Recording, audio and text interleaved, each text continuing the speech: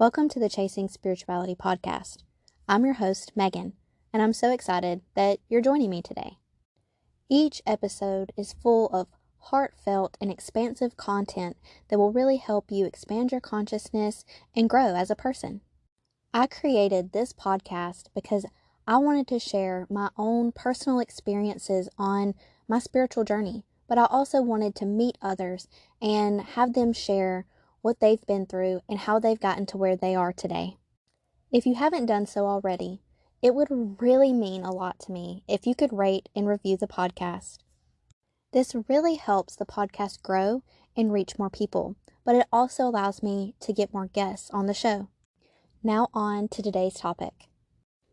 Hello. Welcome back. Welcome to another week, to another lovely episode. I hope you guys are enjoying your Sunday if you're listening to this when it airs. Today, I want to talk about twin flames and soulmates and soul families and I guess my stance on the way this works. And I'm going to go ahead and forewarn you that my beliefs on this subject are not mainstream. They're not going to be the typical information that you find out there. And the reason for this is because I channel a lot, and I channeled this information on what twin flames are and what soul families are and soulmates and how they're the same and how they're different and all that kind of stuff. And after I received this download of information, it just really resonated with me. So this is kind of my take on it. If it doesn't resonate with you, like I say in all my episodes, feel free to find some information that does resonate with you. But I wanted to share because a lot of people are really interested in this topic, and it's really common in the spiritual community to hear people refer to twin flame and how they've met their twin flame or how they want to meet their twin flame. And there's all of these myths and superstitions and beliefs out there about how you won't meet your twin flame until you're like in your last incarnation, or your twin flame is your soul split in two and that you'll be completely opposite from one another, but you'll also make each other whole at the same time. There's just all of these different beliefs around it, and I'm not saying that I disagree or agree with those. I'm not really gonna do like a debunking thing, because to me it's a lot deeper than that. It's not, oh, I believe this and you believe this and I believe that and you believe that. If you believe that your twin flame is your soul split in two, that's great. Like, that's kind of sort of what I believe, but like I said, it's just a little bit different. So, first, let's talk about soul families, okay? So, if you haven't heard of this term before, a soul family is basically a bunch of different souls that have supported each other, have incarnated together, have been part of each other's lives through multiple incarnations, so multiple lifetimes. This could be anyone that you feel super connected and super close to. Sometimes our soul family members are our literal family members. Sometimes it's not. Sometimes it's your best friend that you just know without shadow of a doubt you guys are so connected and you had to have lived many lives together. Sometimes it's a guru or a teacher or a leader that you've met that has really inspired you to heal and to grow, and you just know that they are part of your soul, like you just feel a soul connection. Okay. There's definitely different people in the spiritual community. There's definitely different books and things like that refer to a soul family.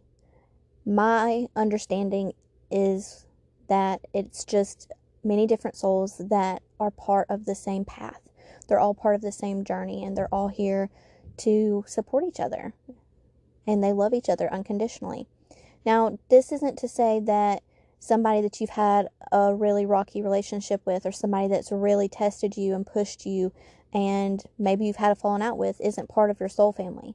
Don't get it twisted. Just because people are part of your soul family doesn't mean that it's all sunshine and rainbows. Sometimes our soul family is meant to really push us and make us grow and help us evolve. And in order to do that, sometimes we have to go through things that are uncomfortable. We have to go through changes that may hurt or may be painful. So sometimes they chose to be that catalyst for us in our current lifetime. So say you have a really estranged relationship with one of your parents. That doesn't mean that they're not part of your soul group or your soul family. They may not be, but that doesn't rule it out. It could just mean that during this current lifetime, in this current incarnation, they chose to be a catalyst of growth for you. Maybe the lesson was to teach you independence. Maybe it was to teach you self-worth, or to find your worth outside of family.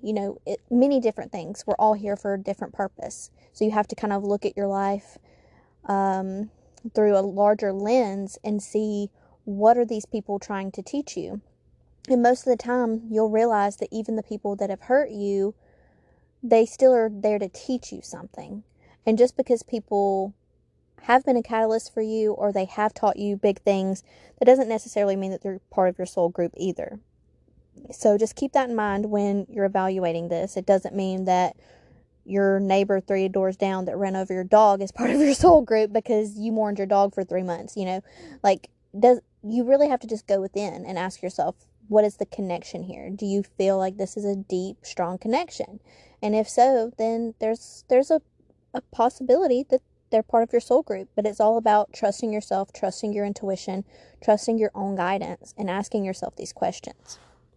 Okay, so that's what a soul family is. It's just many different souls that are all here to evolve together. Okay, now, a soul mate. In my opinion, a soul mate is anyone that's part of our soul group that we have a deep, strong connection with. It doesn't have to be romantic. It can be a best friend. It can be a brother, a sister, a grandparent. A soulmate is someone that you just connect with on an extreme level. Okay? Now, this is where it gets a little twisty. For me, a twin flame is the exact same thing, but it's on a deeper level. In my opinion, and this is what I received from my download, everyone in our soul group, everyone in our soul family, all of our soulmates, they're a version of ourselves. So kind of what we talked about earlier, how the twin flame is the soul split in two, that is still kind of what's going on here, except the soul isn't split in two. The soul is split into many different pieces, into many different fragments. And I know that this might scare some people. This might sound really weird because you might be like, well, I don't want to share a soul with some of these people. But hear me out. It's not exactly what you think. While you all have individual souls, okay, you still have your own soul. Your soul still needs to express itself in many different ways. And who you are today is a completely different person from other versions of yourself, other versions of your soul. Because the way that we grow and the way that we evolve is by learning, by observing, by doing, by expressing, okay? And if you think about Source, or God, or the universe, or whatever you call it, that's the whole reason why we were created. We were created to be expressed. The universe couldn't properly express itself and experience all different aspects of life, all different aspects of good and bad and negative and positive and all of the polarities and all of the differences if it never expanded, if it never branched off or spread out and created more scenarios and more things for it to express. Okay? This kind of goes back to Law of One. So if you guys are familiar with the Law of One, or it's also called the raw material, this was a channeled entity that was, I want to say it was originally channeled in the 80s. And there's several books, several different forums and videos and all kinds of stuff about the raw material. And it's definitely something that I resonate with very deeply. If you're interested in learning more about the raw material, because what I'm talking about right now is literally just a teeny tiny bit of what is contained within the raw material. It is so vast and talks about all kinds of things. That talks about how what the planets are, what their purpose is, why we're here, why we exist. It talks about aliens and just all kinds of stuff. But I'm only going to touch on a little bit of it in this episode. So if you're interested in knowing more about it, I would recommend Aaron Abke. He's very knowledgeable in this subject, and he breaks it down in a way that's very digestible and not so hard to understand because the raw material is very advanced.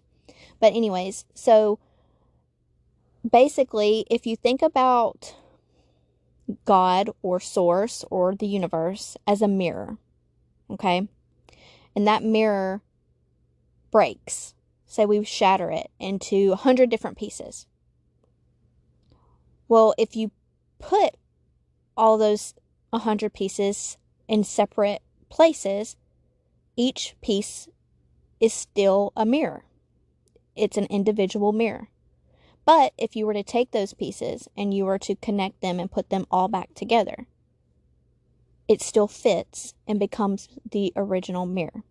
So that is what we are as souls. We come from source. We come from the universe. We are all a piece of divine. We are all a piece of God. And in order for God to experience life and experience the vast amount of polarities, the good, the bad, the negative, the positive, just all of the experiences, it had to separate itself. It had to break itself up into many different pieces so that it could. Okay?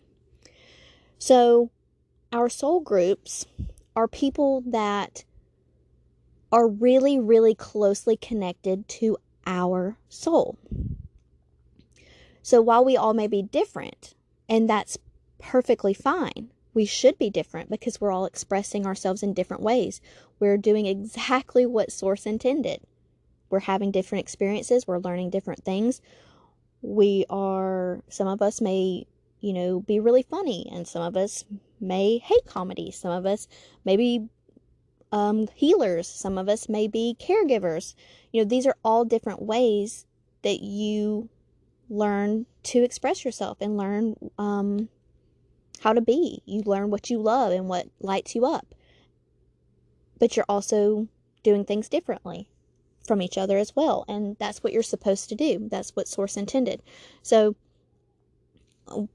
essentially, in my opinion, from what I've channeled, eventually the goal is for our soul group to evolve enough and to heal enough to where we become one again. Okay? And I'm going to talk a little bit about why I think that this is what the goal is for us. So, in the raw material, Raw talks about itself and the type of being that it is. Okay, so Raw calls itself what is it? It's something memory complex. Oh man, what is it called? A social memory complex. Okay, so Raw refers to itself as a social memory complex.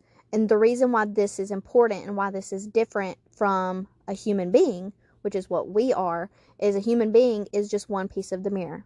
Okay, human being is one soul. But Raw explains that it's like a hive mind. Okay, Raw is multiple souls in one form. And Ra explains that this happens once you evolve so far up the chain, I guess. I don't want to use too much of the raw material lingo because it might go over your head a little bit, but essentially there's different density levels based on what kind of being or what kind of creature or what kind of thing that you are. So density 1 would be like rocks, the earth. Density 2 would, I'm pretty sure, would be like plants and like trees and stuff. And then density 3 is humans, but a lot of humans are now actually incarnating as density 4, and some have evolved as density 4. And then there's density 5 and density 6 and density 7. And apparently density 7 is when you actually go back to the creator and you become one with source again. So this would be when the mirror goes back to the original mirror. Okay, so I want to say Ra said that it was a 6th density social memory complex. And if you think about it in this way, and I stay with me. I know this is a little bit high level stuff, but just stay with me, okay? If you think about Esther Hicks or Abraham Hicks, it refers to, Esther is obviously a she, but Abraham refers to itself as they. Abraham is always saying, we want you to do this. We want you to be happy. We want you to be loved. We want you to understand what happiness is and how you can manifest everything that you want. Okay? Well, Ra speaks the same way. And if you look at other channeled beings, channeled beings, a lot of them also use terms like we and us. Okay? So again, that's kind of going right back to what Ra said about how eventually, once you evolve so far, once you evolve up the chain, you become a hive mind. So I was thinking about this one day, and that's when all of this came to me. And that's essentially what our soulmates are. Our soul group, our soulmates, our twin flame, whatever you want to call them, we're all connected on a soul level. Okay? We're all part of the same soul family. We all have been incarnating together for many, many, many lifetimes. We know each other. We love each other. We want each other to grow and evolve because our growth is their growth. What you do for yourself, you do for them. What they do for you, they're doing for themselves. Because if we're all meant to evolve and grow together, then it makes sense that eventually we would evolve together into this hive mind. But you're not going to want to be part of a hive mind with people that are not on the same level as you, okay? And I'm not trying to, downplay people that struggle or people that are, unevolved. I'm not trying to speak like that. I'm just saying, think about if you had to constantly live in the same mind as someone that is completely just different from you, okay? And not different in a good way, like different in a bad way. Like, say, maybe you you're really positive, you are trying to do the best, you're trying to heal people and help people, and all they want to do is hurt themselves and others. Okay, that's not going to work. That's going to cause a lot of friction. So that's why it's important that you and your soul group evolve together, because when you evolve together, you can evolve up the chain. And when you evolve up the chain, eventually you'll become a hive mind. Now, I don't really believe in time. Time is irrelevant to me. So I think it's more a bunch of present moments all happening simultaneously. So if you really want to get technical, you're already that density being, that higher density being. You're already a hive mind with your soul family, which is another reason why I think that you can channel your higher self. You can feel that connection to other people and know that they're part of your soul group because it already exists. You've already evolved with them. Okay? Now, I don't know how many people are a part of your soul group. And to be honest, I think that might be different for every soul group. I really have no idea. I know that in some of the books I've read, like The Journey of Souls, when he goes to the Live Between Lives and he sees people's soul groups, a lot of times they all have different numbers and they're all made up of different people. So I don't know if the number of people matters. But the idea of spirit guides makes a whole lot of sense to me, or makes more sense to me now after looking into this concept, because most of the time our spirit guides are our higher selves, or they're past loved ones, or they're part of our soul group. They're part of our soul family, right? So when people say, call on your guides and don't feel guilty about it, because they truly are here to help you. They want what's best for you. They love you so much, and they want you to heal, and they want you to grow, and they want you to be happy. Now this makes even more sense for the people that were doubting that, the people who may, feel a little weird about calling on their guides for silly things. Because if they're part of your soul group, which I believe that they are, then when you heal and when you evolve and when you become better, it helps them too, because you're helping your entire soul group evolve. You're helping your entire soul group move up the ladder, So it makes even more sense now. And that's why when they say, no, they chose this, your spirit guides chose to guide you. They chose to guide you for this current lifetime. Of course they did. Why wouldn't they? That sounds so beautiful. So people in your soul group, some of them chose to incarnate with you. They chose to incarnate because they probably have their own lessons to learn. And they also had lessons that they wanted to help you learn. Okay? Good and bad. And then some of your soul group decided, okay, I'm not going to incarnate this time. Instead, I'm just going to be a guide. I'm just going to be a guide for my soul family. I'm going to be a guide for my soulmate. And I think that's so beautiful. And it makes it just makes it more believable to me to put it in those kind of terms. So this is my take. This is my take on twin flames and on soulmates and soul family. In my opinion, there's not really a twin flame. You can call it that, because I guess kind of there is, but it's more multiple flames, like multiple twin flames.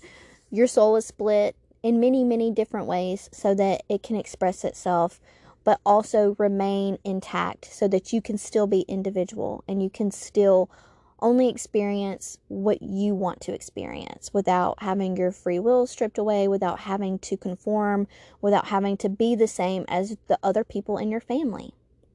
But it's also so beautiful because when you heal your entire family. When they heal you. When your guides see you succeed and they see you, go over the mountain, when they see how much progress you've made, it truly does light them up. Okay? So I hope that made sense. I hope that I didn't confuse you and that I explained that really well. That I really like to use the mirror analogy because, it helps kind of paint a picture. You could also think of it as the sun. So, the sun is one whole being, or one whole big light, but at the same time, it's multiple rays. So many different rays of sun. So you are just one of those rays, just like you are one piece of the mirror. But it's your job and the rest of your soul family's job to work on yourself, to better yourself, to become authentic and whole with who you are, to heal your current expression so that you can return to the sun. And I think that that's just so powerful and so beautiful. If you really resonated with this, if this made sense to you, please just let me know. I would love to hear from you. I would love to hear how you feel about my take on this. If you don't like it, that's okay too. I'm always about expressing yourself and believing what feels right to you. I never want to force anyone to conform to my beliefs, but I really wanted to share this because when I received this download, it lit me up. Anytime something that I know is true for me, I just get this excited feeling. And that's how I've always felt when I've looked into the raw material and when this came to me when I was thinking about soulmates and stuff like that. Because I know that my best friend Erica that's on here, she's part of my soul family. Miles is obviously part of my soul family. We found out that we were technically twin flames in a past life regression that we did. And that's what made me think about it was, I don't feel like he would be the only version of my soul. I don't feel like my soul would only be split into two. That doesn't make any sense because, we're not enough. The soul is too vast. The soul has so many experiences and so many things that I just feel like it's silly to think that we are only split with one person.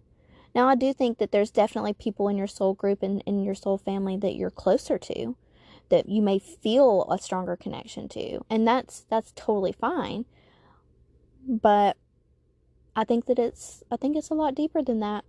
I think that your whole soul family is technically part of your soul, and that it's really important to acknowledge all aspects and all expressions. So I hope you all have a great day, and I hope that you enjoyed this episode. Thank you so much for listening to Chasing Spirituality. You have no idea how much it really means to me to connect with you, to have your support, and just to be able to share my experience and my teachings with you. While we're on this break from the podcast, make sure that you follow me on social media. I'm on TikTok, I'm on Instagram, and I'm on Facebook. And join the free Facebook group, Chasing Spirituality, so that we can stay in touch and we can connect.